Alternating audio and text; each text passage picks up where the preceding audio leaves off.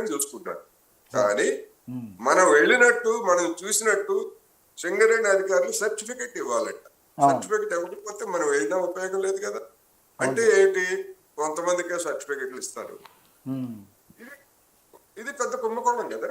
అందుకని ఇలాంటి హైటెక్ జరుగుతున్నప్పుడు ఈ మన ఫోన్ ట్యాపింగ్ గురించి మనం మాట్లాడుకుంటున్నాము, ఇది కూడా హైటెక్ మౌఖికంగా జరిగినటువంటిది ఇది.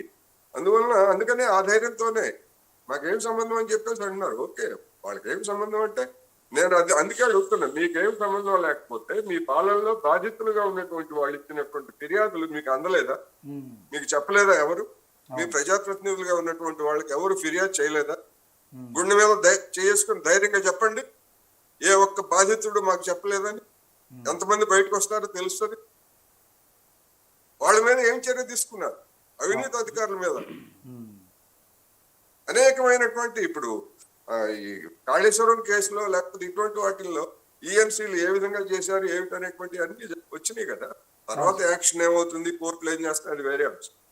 మీ హయాంలో మరి మీరు రిటైర్ అయిన వాళ్ళని కొనసాగించి ఎన్ని అక్రమాలకు పాల్పడ్డారు, వాళ్ళు ఎంత అక్రమాస్తులు సంపాదించారు, వాటికి మీ బాధ్యత లేదా? అందుకని ఇది కూడా అంతే. ఏమవుతుంది ఏమిటి నేను అనుకోవడం, కేసీఆర్ కి నోటీస్ ఇచ్చారు, ఇక ఇంత తర్వాత ఇంకెవరికి కొత్తగా ఇచ్చేది ఏమి ఉండదు అనేటువంటి ఒకటి. కేసీఆర్ వెళ్తారా లేదా అనేటువంటి చర్చ వాళ్ళ మార్నింగ్ నుంచి ఈ వార్త వచ్చినప్పటి నుంచి జరుగుతుంది. వెళ్ళకపోతే ఏమవుతుంది? ఇక్కడ టాక్టికల్ గా సిట్ కూడా చాలా జాగ్రత్తగా వ్యవహరించింది. ఎందుకని కేసీఆర్ నాకు ఆరోగ్యం బాగాలేదు, అనారోగ్యంతో ఉన్నారు, నేను కదలలేను, మాట్లాడలేను, చెయ్యి ఊపలేను, అందుకనే అసెంబ్లీకి రావట్లేదని కదా చెప్తా ఉంది. అందుకని అయ్యా బాబు మీరు మా ఆఫీస్ కి రాలేరు, వయసు భయపడింది, మీరు ఎక్కడుంటే మేము అక్కడికి వస్తాం, మేమే అక్కడికి వస్తాం, ఎక్కడికి రమ్మంటారో చెప్పండి అని చెప్పేసి ఆప్షన్ ఇచ్చారు. రేపు దాన్ని అంగీకరించి ఆయన మా ఇంటికి రండి అని చెప్తారా? ఒకవేళ చెప్పేట్లయితే అది తర్వాత దాని రిపర్కషన్స్, దాని పర్యవసానాలు, విమర్శలు ఏ విధంగా ఉంటాయో మనం ఊహించుకోవచ్చు. లేదు ఎక్కడికైనా అనేక చోట్లకి వెళ్తున్నారు కదా, అట్లాగే సిట్ ఆఫీస్ కూడా వస్తాయి. ఇప్పుడు కాళేశ్వరం కమిషన్ ఆఫీస్ కి అంత పటాటోపంతో వచ్చినటువంటి కేసీఆర్ కి అప్పటి నుంచి ఇప్పటికి అంత అనారోగ్యమైనటువంటి పరిస్థితి ఏం లేదు కదా. అందుకని ఇవన్నీ కూడా ఏంటంటే ఎవరి ఎత్తులు వాళ్ళు వేస్తున్నారు, ఎవరి ప్రచారం వాళ్ళు చేస్తున్నారు. చివరికి ఏమవుతుంది, ఈ బాధితులు ఏమవుతారు, ఇవన్నీ కూడా ఎవరికి తెలియదు. ఇంతవరకు ఛార్జ్ షీట్ దాఖలు చేయలేదు కనుక ఇందులో నిందితులు ఎవరు, బాధితులు ఎవరు, సాక్ష్యాలు ఏంటి అనేటువంటి కూడా వాటి గురించి మనం ఇప్పుడు చెప్పలేము. అందుకని అవి వచ్చిన తర్వాత మాత్రమే ఒక స్పష్టత వస్తుంది అనేది నేను చెప్పదలుచుకున్నాను. రైట్. ఫైనల్గా రాములు గారు, అంటే నిజంగానే మరి కోటేశ్వరరావు గారు అన్న దానికి మరి ఏంటి అంటే మీరు దానికి ఏ విధంగా రియాక్ట్ అవుతారు? ఎందుకంటే నిజంగానే మరి కాలయాపన పేరుతోటి మీరు చేస్తున్నారంటే మరి బీఆర్ఎస్ వాళ్ళు ఏం చేస్తారు, ప్రధాన ప్రతిపక్షంలో మరి దీని మీద మరి గట్టిగా ఫైట్ చేయాలి కదా అనేది వాళ్ళు మాట్లాడారు. అలాగే బీజేపీ వాళ్ళు కూడా మాట్లాడాలి అంటున్నారు.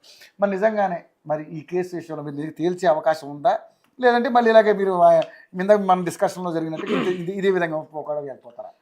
ఇక్కడ ఒకటి గమనించాలి సార్, మనం ప్రజాస్వామ్యవాదులు గమనించాలి ఒక అంశం ఉంది. అంటే ఇందాక ఆయన చెప్పినట్టు చాలా చూసాం, అన్ని కూడా జరిగినాయి సార్, మంచి జరిగినాయి, కాంప్రమైజ్ అయినాయి, అలై బలై చేసుకున్నారు, చాలా ఉన్నాయి.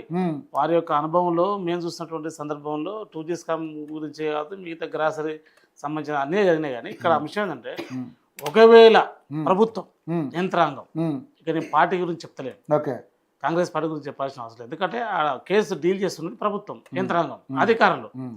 ఒకవేళ ఇది కాలయాపన చేసే వాళ్ళైతే, ఇది ఒకవేళ నీరుగాచేటువంటి పరిస్థితులు చేసే వాళ్ళైతే మరి 2 నెలలు 3 నెలలు గ్యాప్ ఇవ్వచ్చు కదా అన్నగారు అన్నట్లు. అట్లా గ్యాప్ ఇవ్వకుండా 2 రోజులు తీసుకుంటున్నారు కదా, ఫాస్ట్ అవుతుంది కదా. ఎవరెవరు అలా ఇవ్వడం వెనకనే అనుమానాలు వ్యక్తం అవుతాయి. ఎందుకు సార్ ఒకటి ఇప్పుడు ఒక డిపార్ట్మెంట్లో వాళ్ళ ఐపీఎస్ అధికారులు, సీనియర్ అధికారులు, ఒకరొకరు 30 ఏళ్ళు అనుభవస్తులు, వాళ్ళు గ్రేగనాడు చూసినారు, అన్ని రకాలుగా చూసినారు, అంతా అన్ని రకాలుగా ఉన్నారు, చిన్నోళ్ళు కాదు దాంట్లో ఉన్నవాళ్ళు. అధికారులు ఒక అధికారులు సీట్ సంబంధించినటువంటి చైర్మన్ కావచ్చు, మిగతా వాళ్ళంతా కూడా ఉమ్, ఎంతో అనుభవంతో ఉన్న వాళ్ళు. ఉమ్, వాళ్ళు అన్ని పార్టీలు చూసిన వాళ్ళు, అన్ని రాజకీయ నాయకులతో పనిచేసిన వాళ్ళు, అందరు ముఖ్యమంత్రితో హోంమంత్రితో పనిచేసిన వాళ్ళు ఆశమాషి అధికారులు కాదు వాళ్ళు. మనం వాళ్ళని గౌరవించాలి. ఆ దాంట్లో భాగంగా చిత్తశుద్ధి ఉంది కాబట్టి చేసేటువంటి చిత్తశుద్ధి చేసేటువంటి గ్యారెంటీ ఉంది కాబట్టి ఉమ్, 2 రోజులకు ఒకరు, 1 రోజుకు ఒకరు ఎమ్మడెమ్మడే పిలుస్తుంది. ఉమ్, ఒకవేళ టైంపాస్ చేయాల్సి వస్తే, ఒకవేళ కాలయాపన చేయాల్సి వస్తే 2 నెలలకు ఒకరిని, ఉమ్, నెలకు ఒకరిని, 3 నెలలకు ఒకరిని, ఉమ్. అమాసకు ఒకరిని, దసరాకు ఒకరిని, దీపాలకు ఒకరిని అని ఇట్లా ఎపిసోడ్లుగా ఉంటున్నాయి. అంతరంగాల ఎపిసోడ్ లాగా ఉంటున్నాయి. అట్లా కాదు. ఉమ్. ఇది ఏంటంటే ఏదో ఒకటి డైలీ ఉండదు. ఉమ్. అయిపోయి రేపు సార్ వస్తే అయిపోతుంది. నా? రేపు సార్ వస్తే అంటే అయిపోతుంది. ఈ తుది దశకు చేరుకున్నట్టేనా? సార్. అంటే ఇప్పుడు మీడియాలో చాలా రకాలుగా వార్తలు వస్తా ఉన్నాయి. తుది దశకు చేరుకున్నటువంటి ఫోన్ ట్యాపింగ్ వ్యవహారం అనేది Yes. చేరుకున్నట్టేనా? అవును అంటే మీరు సార్. నమ్ముతున్నారు అలా? మెయిన్గా ఆ. సారే కదా ఫైనల్ ఆ, స్పీకరు ముఖ్య అతిథి ఉంటాడు కదా. అవును. ముందు ఎంపీలు ఎమ్మెల్యేలు ముందు మాట్లాడినాక లాస్ట్కు ఉమ్, ప్రధాన గౌరవ అతిథులు మాడతారు. ఈయన గౌరవ అతిథి, ఉమ్, గౌరవ ముఖ్యమంత్రి, మాజీ ముఖ్యమంత్రి ఉమ్, కాబట్టి వాళ్ళు వరుసగా వచ్చింది. ఉమ్, రేపు ఉంటుంది, రేపు సార్ అనేది మరి వారు ఫామ్ హౌస్ రమ్మంటారా, ఉమ్. లేకపోతే నందినగర్లో ఉన్నటువంటి నంది హిల్స్ ఉన్నటువంటి ఇంటికి రమ్మంటాడా? మరి వాళ్ళకే వదిలేస్తుంది కాబట్టి వాళ్ళు చెప్పిన వెళ్తారు, మాట్లాడతారు. భయం ఎందుకు? ఉమ్. భయం ఎందుకు?